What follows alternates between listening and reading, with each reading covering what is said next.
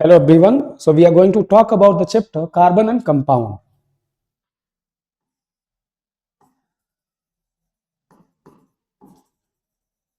Carbon and its compounds. अगर इस chapter की बात किया जाए तो कुछ बेसिक पॉइंट्स है जो हमको कवर करने हैं। जो पहला पॉइंट है वो है वाइटलिटी ऑफ कार्बन। आखिर ये लार्ज अमाउंट में प्रेजेंट होने से क्या होता है।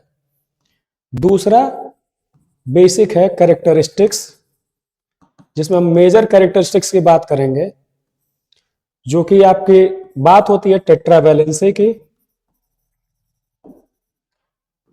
फिर बात करते हैं हम लोग कैटिनेशन प्रॉपर्टी की, और फिर बात होती है इसमें मल्टीपल बॉन्ड्स की।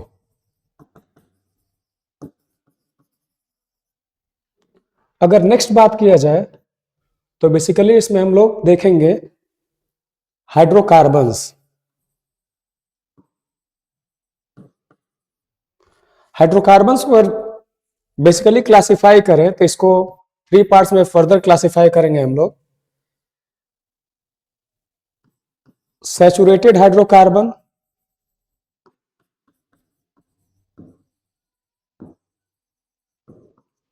इसको सैचुरेटेड हाइड्रोकार्बन में डिवाइड करेंगे। सेकेंड पार्ट इज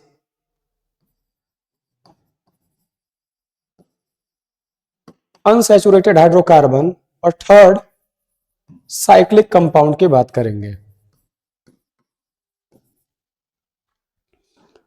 फर्दर अगर देखा जाए तो ये चैप्टर फंक्शनल ग्रुप,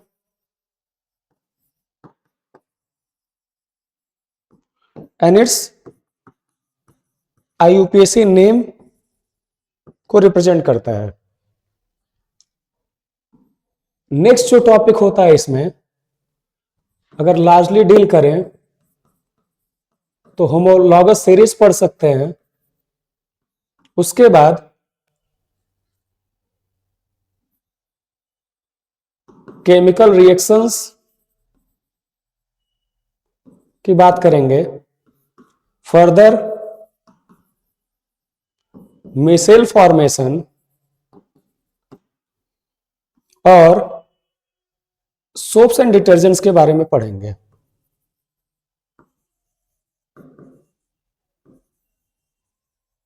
तो ये बेसिक सिलेबस है जिसे हम एक एक करके पढ़ते जाएंगे। अगर फर्स्ट पॉइंट पिक किया जाए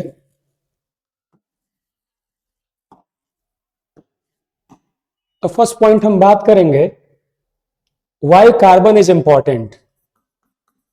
so we are going to talk about importance of carbon.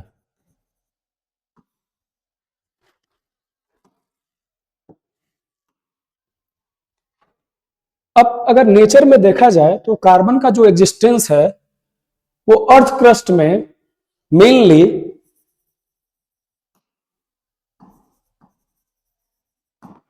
.02% as mineral है, और वहीं अगर एटमॉस्फेयर में देखा जाए तो कार्बन डाइऑक्साइड के फॉर्म में 0.03% है।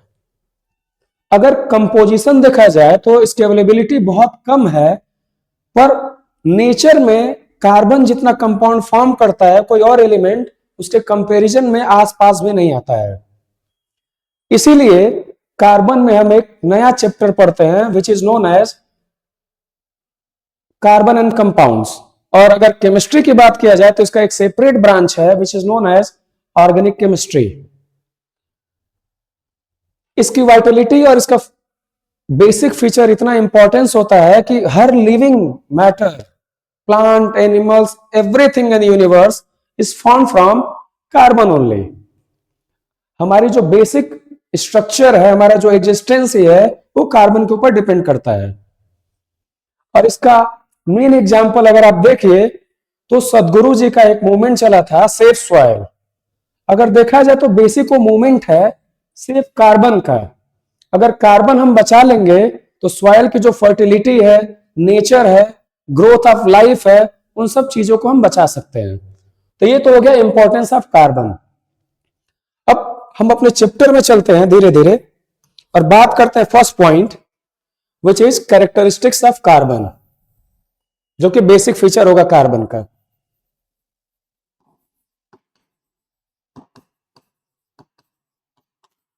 Characteristics of carbon,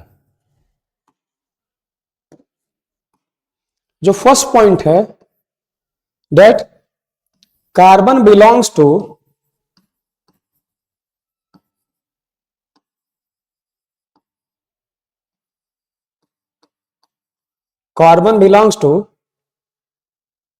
group 14th of periodic table.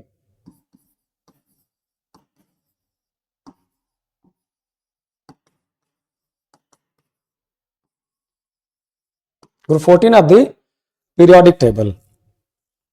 इसका मतलब यह है कि कार्बन के आउटर मोस्ट में 4 इलेक्ट्रॉन्स होते हैं। Carbon outer most shell has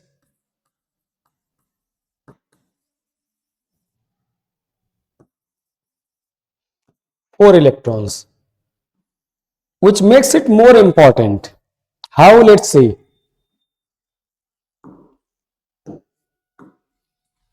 अगर कार्बन के आउटर मोस्ट में 4 इलेक्ट्रॉन है और कार्बन का एटॉमिक नंबर अगर देखा जाए atomic number, so basically which is 6, तो अगर इसका इलेक्ट्रॉनिक कन्फिगरेशन लिखा जाए सो इट इज 2,4, यानी 2 इनर इलेक्ट्रॉन हैं और 4 के आउटर मोस्ट इलेक्ट्रॉन है। अगर इसको फिल किया जाए तो जो फर्स्ट ऑर्बिटल है उसमें 2 इलेक्ट्रॉन होंगे और आउटर मोस्ट में 4 इलेक्ट्रॉन्स होंगे। अब आप सभी को पता होता है या पता है कि जो भी इलेक्ट्रॉन यहां ऑर्बिटल में है या ऑर्बिट में है उन पे न्यूक्लियस अपना एक फोर्स लगाता है which is known as force of attraction of nucleus, which is also known as nuclear force. अब ये क्या करेगा, सारे इलेक्ट्रॉन्स को अपनी तरफ अट्रैक्ट करेगा। पर हम तो बेसिकली ये पढ़े या सुने हैं कि कार्बन 4 बॉन्ड बनाता है, कार्बन 4 इलेक्ट्रॉन लूज भी करता है, 4 गेन भी करता है। पर अगर बेसिक प्रॉपर्टी देखें तो डिफरेंट है थोड़ी सी। कार्बन की एक कैपेसिटी है ही नहीं कि वो 4 इलेक्ट्रॉन गेन कर सकता है और 4 लूज कर सकता है। तो कर क्या सकता है, वो शेयर कर सकता है, पर वो गेन क्यों नहीं करेगा और लूज क्यों नहीं करेगा, एक मैटर है जिसको हम बेसिकली 1 बाय 1 डील करेंगे। अभी मैंने बोला आपसे कि जो कार्बन के पास इलेक्ट्रॉन है, carbon electrons are attracted by nucleus. इसका मतलब है कि न्यूक्लियर फोर्स उस पर एक्ट कर रहा है, यानी वो इलेक्ट्रॉन आसानी से लूज होने वाले तो है नहीं। तो होगा क्या, मान लीजिए कि ये कार्बन का एटम है,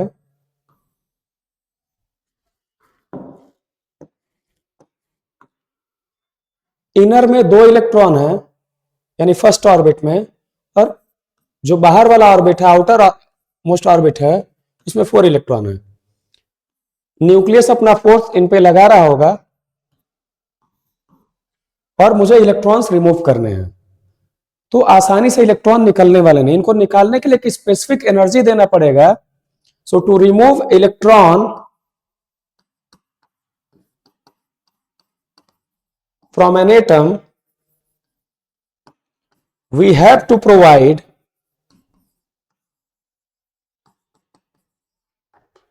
a specific energy which is known as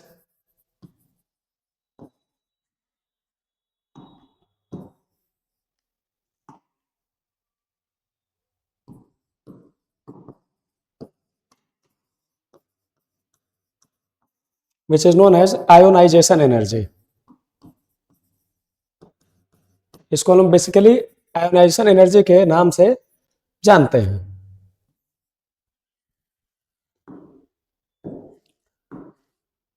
अब ऐसा क्यों होता है, तो आइए देखते हैं वन बाय वन। सपोज अपने पास आउटर मोस्ट में 4 इलेक्ट्रॉन्स हैं, एक रिमूव करते हैं। अगर एक इलेक्ट्रॉन रिमूव करते हैं तो आउटर मोस्ट में जो इलेक्ट्रॉन बचेंगे वो 3 बचेंगे। पहले 4 इलेक्ट्रॉन्स थे, तो अगर ये मान लिया जाए कि अपने पास एनर्जी 100% है या फोर्स ऑफ अट्रैक्शन 100% लग रहा है, जो कि इलेक्ट्रॉन्स पे लग रहा है, वो भी न्यूक्लियस से। तो अगर टोटल एनर्जी का सम अगर 100 मान लिया जाए और 4 इलेक्ट्रॉन्स हैं, तो सब में जो एनर्जी का शेयर होगा वो 25, फोर्स का जो शेयर होगा वो 25% होगा। यानी न्यूक्लियस सब पे 25% फोर्स लगा रहता है। अब अगर 3 इलेक्ट्रॉन्स हैं तो जो 100 यूनिट का वो फोर्स है वो 3 यूनिट में डिवाइड हो जाएगा, 3 इलेक्ट्रॉन्स में। Now it is going to be 33.33% approx. ये बेसिक लेवल आपका रहेगा। अब 4 इलेक्ट्रॉन्स थे तो 25 जो 100 यूनिट का एनर्जी था 4 पार्ट में डिवाइड हो गया था, यानी फोर्स कम लग रहा था।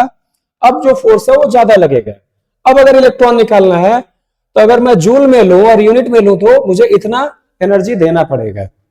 अब मान लीजिए कि एक इलेक्ट्रॉन और रिमूव कर दिए, तो अब आउटर मोस्ट में जो इलेक्ट्रॉन बचा वो बचा आपका 2। जो एनर्जी का सोर्स है वो 100 ही है।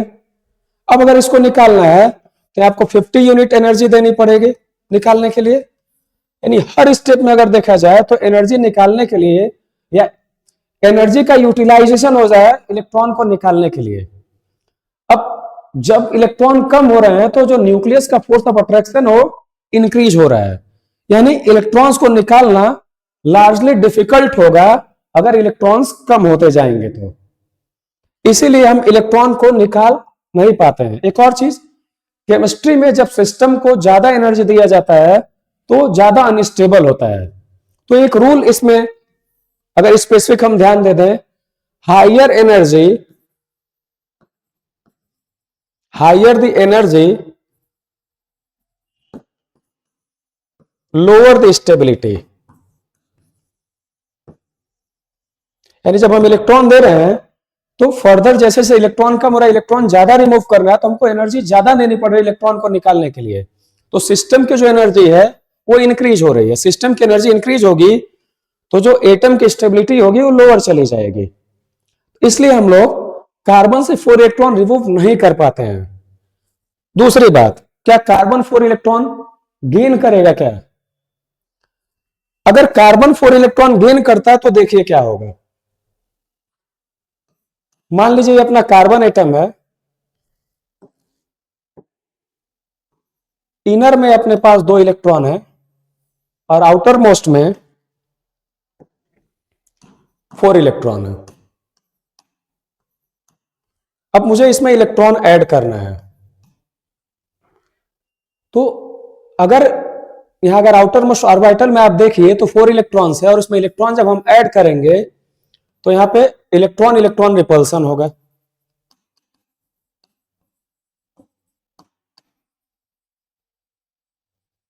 अब इलेक्ट्रॉन इलेक्ट्रॉन रिपल्सन होगा तो इलेक्ट्रॉन आसानी से तो ऐड होगा नहीं। अब ऐसा मान लिया जाए कि एक इलेक्ट्रॉन ऐड हो गया, अगर हो भी गया तो अब आउटर मोस्ट में जो इलेक्ट्रॉन होंगे वो 5 होंगे। अब अगर और एक इलेक्ट्रॉन ऐड करना हो तो ये और डिफिकल्ट होगा। अब उस इलेक्ट्रॉन को ऐड करने, क्योंकि इस घर में 4 ही लोगों के रहने की कैपेसिटी थी, एक ऑलरेडी और ऐड हो चुका है और उसमें एक और ऐड करने की कोशिश करेंगे, तो जो इलेक्ट्रॉनिक रिपल्सन है यानी जो इनर इलेक्ट्रॉन है वो आउटर मोस्ट इलेक्ट्रॉन को हाईली रिपेल करेंगे। यानी इलेक्ट्रॉन ऐड करना आसान नहीं होगा। अब अगर हमको इलेक्ट्रॉन ऐड करना है तो external source of energy required होगी, तो हमको बाहर से एनर्जी देनी पड़ेगी। फिर वही बात आ गई कि हमको इलेक्ट्रॉन ऐड करना है, एनर्जी देनी पड़ेगी। तो एक कॉन्सेप्ट हम लोग समझे हैं कि higher the energy lower the stability. यानी 2 चीजें हैं, कार्बन के पास आउटर मोस्ट में 4 इलेक्ट्रॉन है, 4 इलेक्ट्रॉन गेन कराएंगे तो बेसिकली बनेगा C4 माइनस, पर higher amount of energy is required to do सो।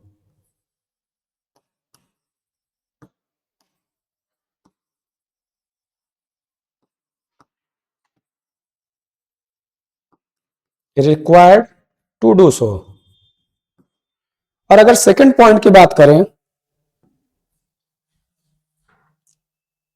एक बार फिर से देख लेते हैं। अगर पॉइंट नंबर 1 देखें, कार्बन में 4 इलेक्ट्रॉन अगर ऐड करते हैं so it becomes C4 minus, which is the case of gain of electrons. तो ऐड करने के लिए भी हमको लार्ज अमाउंट ऑफ एनर्जी चाहिए, large amount of energy is required, जो कि हम केमिस्ट्री में फिजिबल नहीं मानते हैं, क्योंकि सिस्टम की एनर्जी जब बढ़ती है तो उसकी स्टेबिलिटी क्या होती है, लोअर होती है। अगर पॉइंट नंबर 2 की बात करें तो अगर कार्बन से 4 इलेक्ट्रॉन लूज करवाते हैं so it become C4 plus, और 4 इलेक्ट्रॉन का लॉस होता है। अब मैंने बोला क्योंकि न्यूक्लियर फोर्स लार्जली यहां पे एक्ट करता है, तो यहां पे भी large amount of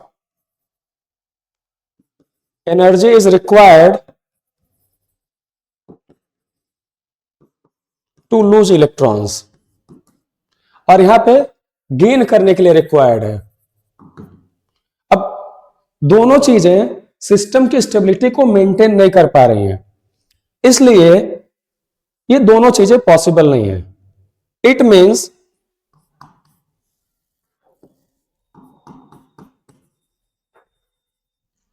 the process is not feasible।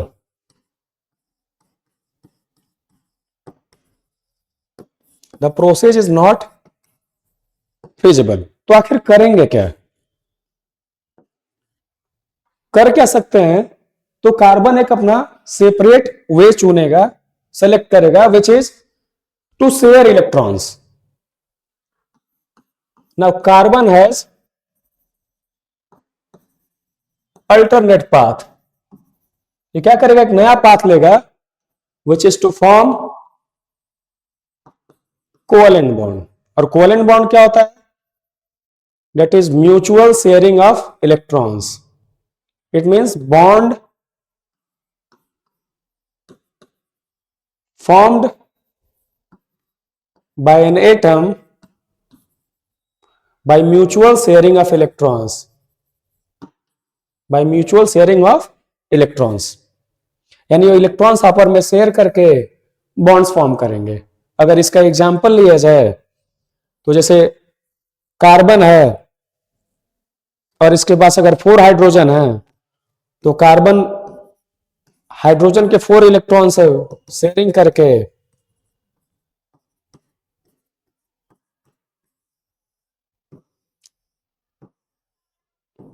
CH4 structure form करता है। तो एक एग्जांपल है basically.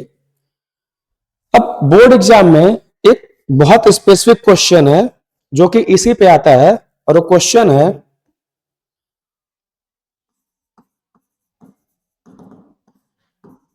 why carbon cannot lose 4 electrons as well as gain 4 electrons। Reasonable question है, रिपीटेटिव क्वेश्चन है। अगर इसका आप सॉल्यूशन देखिए तो जो हम लोग डिस्कस किए उसी में रिटेन्ड है। अब कुछ बातें और ध्यान दे दिया जाए, जैसे कि जब एनर्जी हम सिस्टम को देते हैं इलेक्ट्रॉन को रिमूव करने के लिए, तो उस एनर्जी को बोलते हैं आयोनाइजेशन एनर्जी। और जब इलेक्ट्रॉन गेन करने के लिए जो एनर्जी देते हैं उसको बोलते हैं electron gain enthalpy.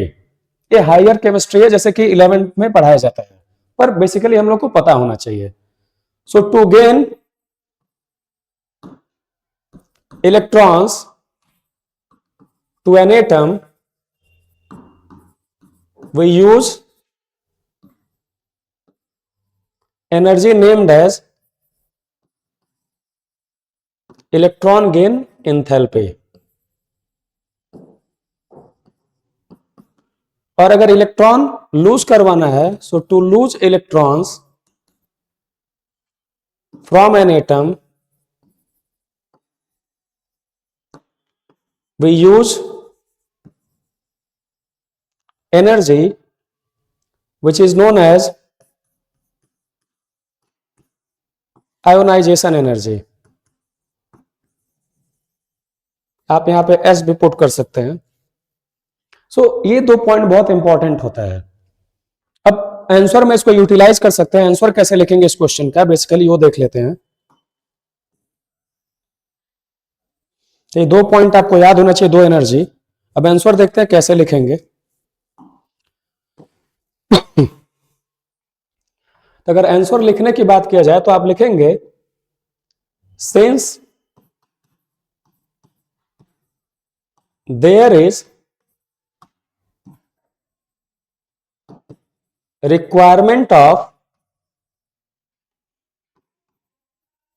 large amount of energy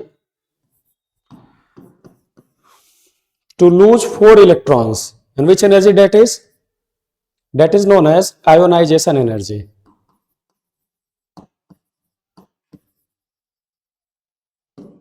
as well as to gain 4 electrons, and the energy required is electron gain enthalpy, which is not feasible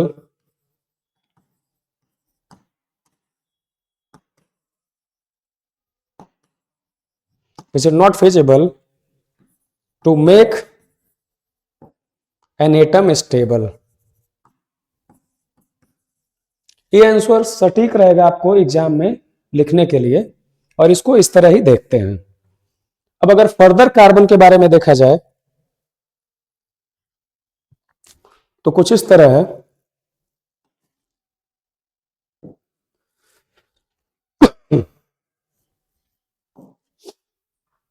carbon की फर्स्ट प्रॉपर्टी है, जो कि हम लोग बात किए हैं कि 14th ग्रुप एलिमेंट का है, और 4 इलेक्ट्रॉन लूज भी नहीं करेगा और गेन भी करेगा। जो अब उस प्रॉपर्टी को एक नेम दिया गया है which is known as tetravalency, which is known as tetravalency।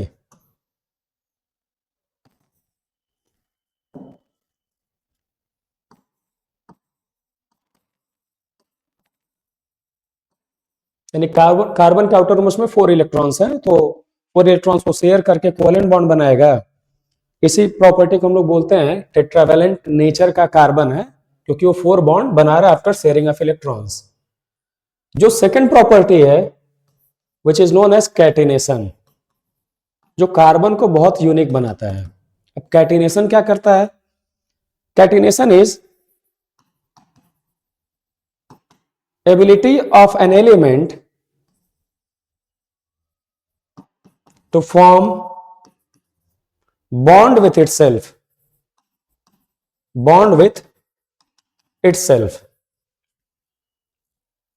which is also known as self linking property। और एक कार्बन का बहुत बेहतरीन प्रॉपर्टी है जो इसको यूनिक बनाता है। क्या और एलिमेंट भी ऐसा काम कर सकते हैं? जी बिल्कुल कर सकते हैं, लेकिन बहुत कम अमाउंट में। तो इस कैटिनेशन प्रॉपर्टी की वजह से ही carbon can form large number of compound.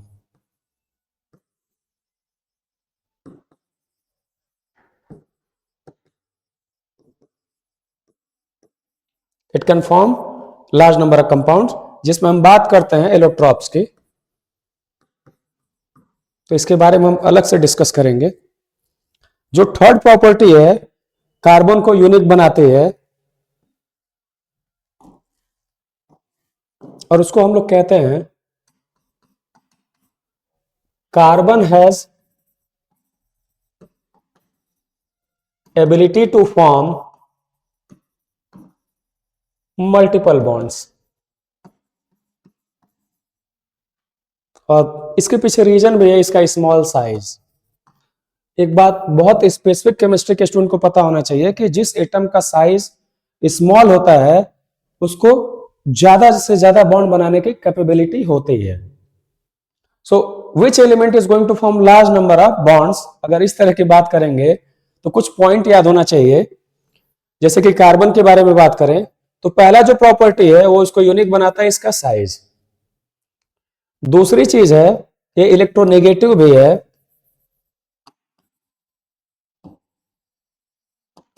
और इसकी जो चार्ज डेंसिटी वो हाइयर है। अब क्योंकि कार्बन C4 के भी कंडीशन में आता है, C4 माइनस के भी कंडीशन आता है लूज और गेन के, सो ये इसकी यूनिक प्रॉपर्टी इसको डिफरेंट बनाती है।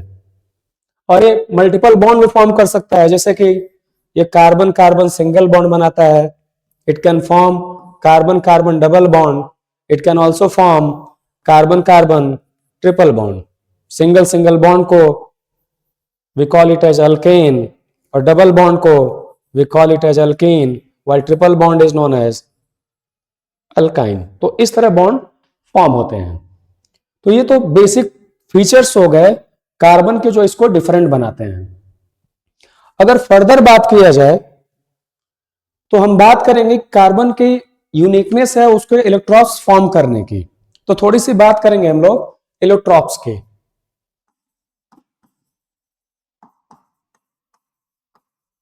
One of the easiest topic, और इलेक्ट्रॉन्स के फॉर्मेशन बेसिकली इन्हीं तीन प्रॉपर्टी पे डिपेंड करता है। पहला है टेट्रावैलेंसी, सेकेंड प्रॉपर्टी है which is known as catenation, और जो थर्ड प्रॉपर्टी है कार्बन कार्बन मल्टीपल बॉन्ड्स।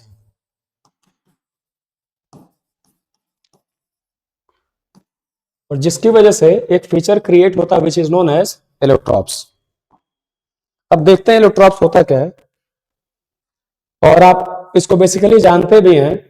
अगर इसको डिफाइन किया जाए तो उनके एग्जांपल से आप बेसिकली बहुत अच्छे से जानते हैं कि एलोट्रॉप्स क्या होते हैं। They are basically known as diamond, graphite,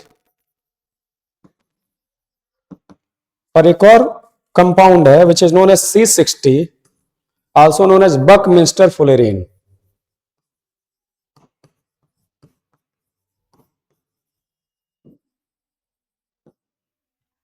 तो ये तीन हम कंपाउंड इसमें देखेंगे वन बाय वन, पर उससे पहले देख लेते हैं कि एलोट्रॉप्स क्या होते हैं। What are allotropes? So these are the substance formed from same element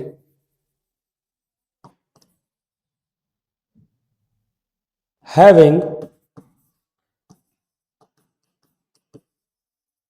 different physical properties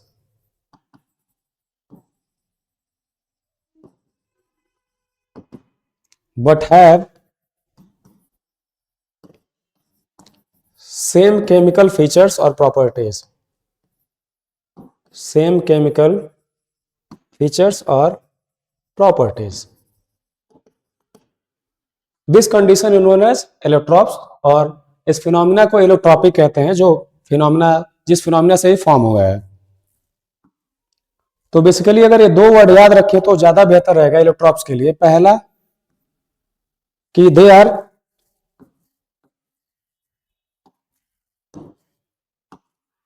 made from same element, एक ही एलिमेंट से बना होता है। दूसरा जो नेचर है कि फिजिकल प्रॉपर्टी डिफरेंट होगा।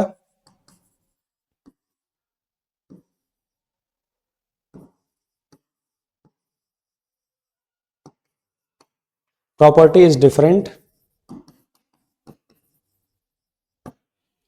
और जो थर्ड अगर इसका फीचर देखा जाए तो है केमिकल प्रॉपर्टीज सिमिलर होना चाहिए। So chemical properties are similar.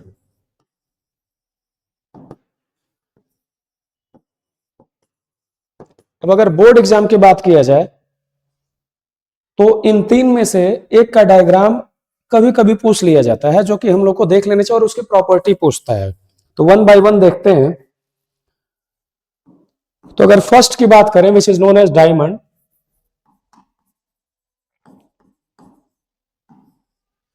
Artificial diamond बहुत फेमस है इस समय।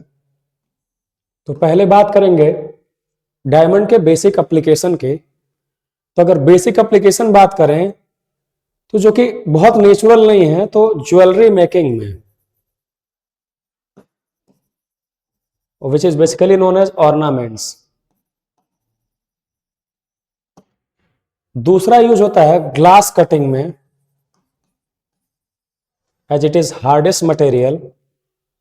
जो थर्ड फीचर और है, फॉर इंट्रिकेट डिजाइन, यानी जो डिफिकल्ट डिजाइन होती है किसी मेटल्स पे, इससे हम लोग कर सकते हैं। और अगर देखा जाए तो hard material testing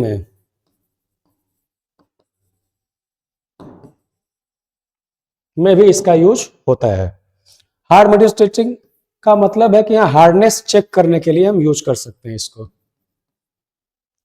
to check hardness. अब बेसिकली हम इसका स्ट्रक्चर देखते हैं, जो कि बोर्ड एग्जाम में बनाने के लिए आ सकता है, विच इज एज, तो हम एक हेक्सागन लेंगे और इसको बनाने की कोशिश करेंगे सिंपली, जो आसानी से बन जाए। बनाने के कई तरीके हैं।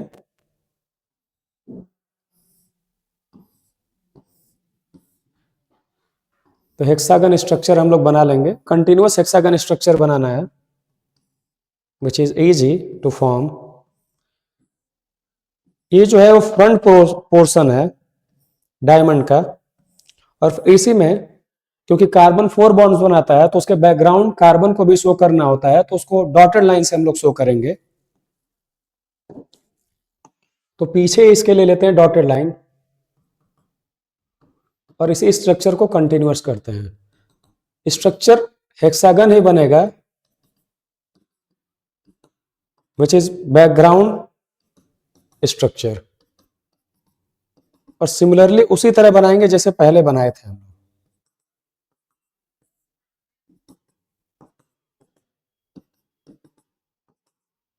So this is the basic structure of diamond, जो कि इजी है।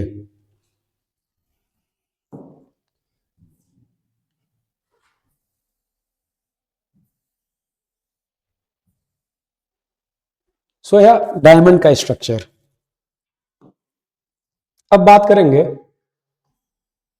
ग्रेफाइट के।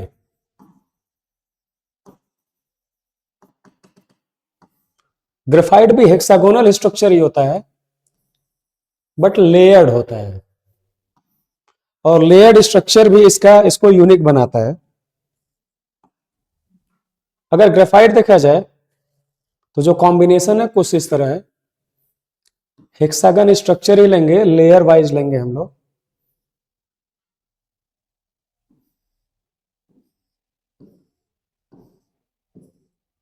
सेम लेयर हम लोग नीचे बनाएंगे,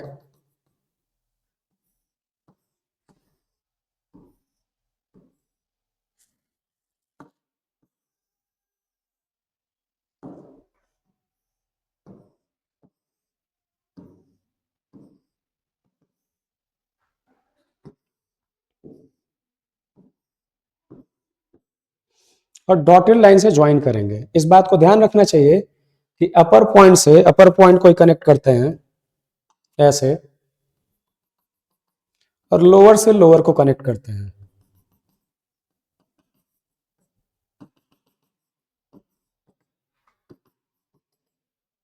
आप चाहे तो जितना लेवल बना लें, इस तरह आप कनेक्ट कर सकते हैं। लेयरिंग आप कितना भी लेयर बना लीजिए, वो आपकी जरूरत है। फर्दर इसका फीचर दोनों को कंपेयर करके देख लेते हैं। सो दिस इज हार्डेस्ट, और इसके कंपैरिजन में कम हार्डेस्ट होगा। इस तरह देख लेते हैं। ये इंसुलेटर होगा और ये कंडक्टर होगा. So graphite is going to be a good conductor of electricity. अभी बोर्ड एग्जाम का बहुत स्पेसिफिक क्वेश्चन है, क्योंकि हम कंडक्टर ऑफ इलेक्ट्रिसिटी की बात कर रहे हैं. उसका रीजन है there is one free electrons, so there is presence of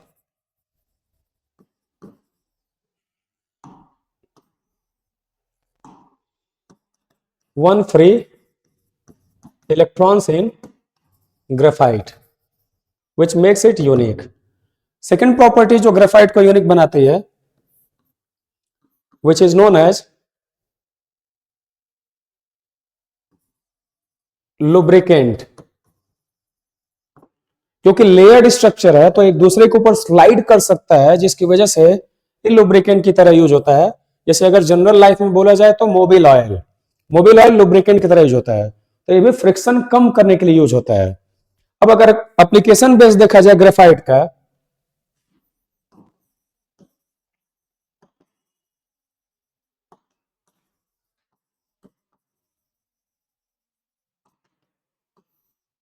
तो अगर वैक्स प्लस ग्रेफाइट लिया जाए, so we are going to get lead pencil, जो कि हम रेगुलरली यूज करते हैं. ग्रेफाइट किस तरह यूज करते हैं हम लोग? एज अ लुब्रिकेंट भी यूज करते हैं. किस तरह यूज करेंगे? As a lubricant. बेसिकली हमको 2-4 पॉइंट ही क्लास 10 में पता होने चाहिए जो कि इंपॉर्टेंट हो लिखने के लिए, और वो भी सटीक पॉइंट होने चाहिए. और अगर ग्रेफाइट की बात करें इसके पॉइंट की, तो ये गुड कंडक्टर ऑफ इलेक्ट्रिसिटी है, तो इलेक्ट्रोड्स में यूज होगा.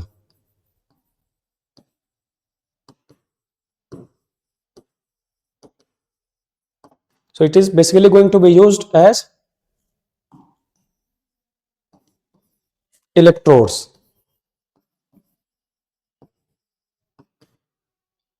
तो ये जनरल प्रॉपर्टी हो गई आपकी, या बेसिक इंपॉर्टेंट प्रॉपर्टी हो गई, जो कि इलेक्ट्रॉन फॉर्मेशन की बात होती है.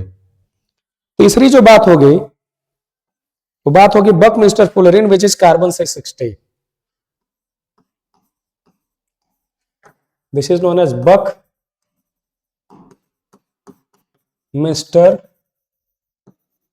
फुलरिन. अगर इसके स्ट्रक्चर की बात करें तो जनरली ये 2 पार्ट से कंसिस्ट होता है.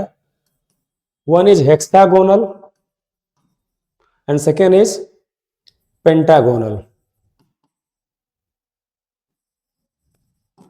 जो ओवरऑल स्ट्रक्चर होता है which is buckyball like structure, also known as football.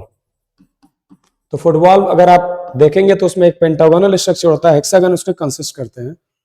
जो हेक्सागन होते हैं ऑलमोस्ट 20 होते हैं हेक्सागन, और जो पेंटागन होते हैं ऑलमोस्ट 12 होते हैं. इनसे मिलके आपका कार्बन 660 फॉर्म होता है. अगर बेसिक स्ट्रक्चर ड्रॉ करने की बात करें तो इजी वे में ड्रॉ कर सकते हैं. हम लोग क्या करेंगे कि बीच में एक पेंटागन बनाएंगे,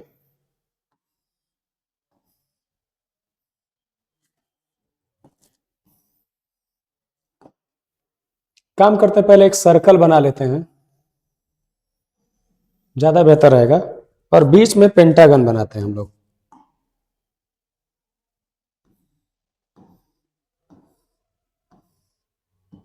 ये है, और इसके चारों तरफ हेक्सागन बनाते हैं.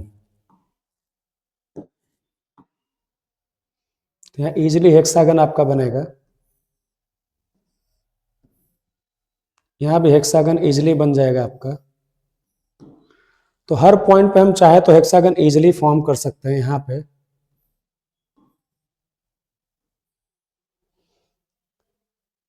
पे भी अगर हेक्सागन बनाया जाए तो फॉर्म होगा ऐसे,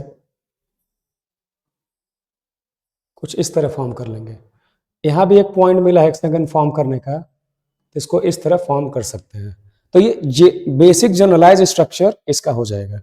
बाकी पॉइंट्स में क्या करेंगे, इसको फर्दर हम क्या कर सकते हैं, ज्वाइन कर सकते हैं इसमें, जो कि लेयर कंटिन्यूअस रहेगी, पर क्योंकि बैकग्राउंड हम शो नहीं कर पाएंगे तो उसको बाहर ऐसे शो कर सकते हैं हम लोग ज्वाइन करके.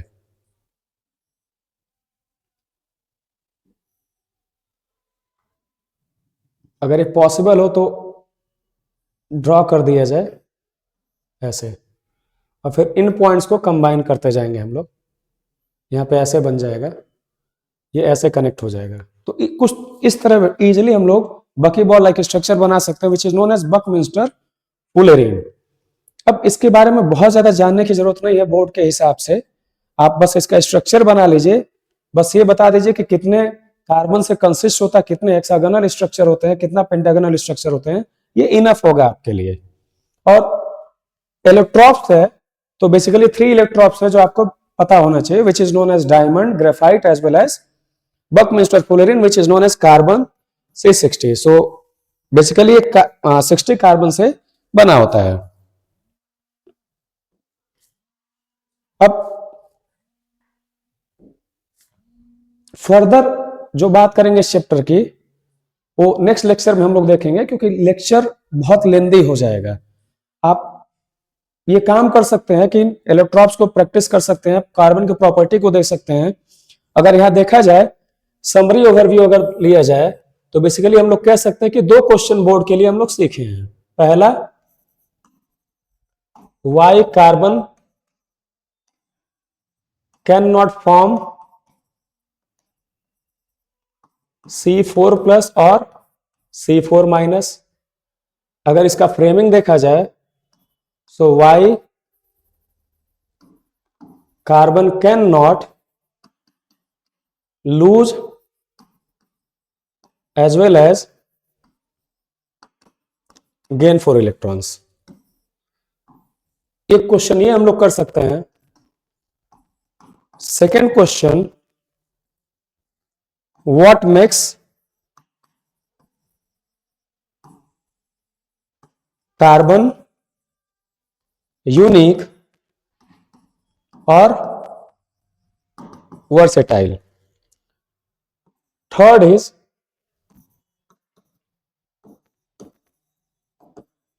प्रॉपर्टीज ऑफ डायमंड,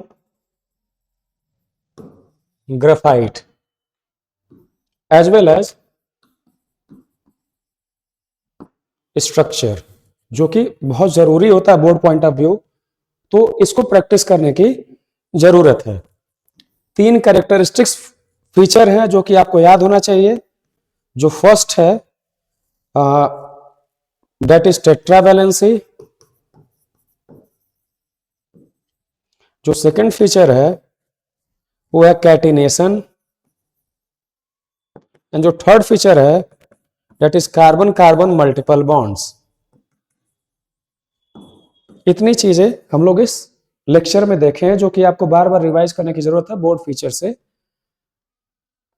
अगली चीजें या अगली बातें, अगली जो टॉपिक्स हैं वो हम लोग नेक्स्ट लेक्चर में देखेंगे और उसको अच्छे से पढ़ेंगे भी।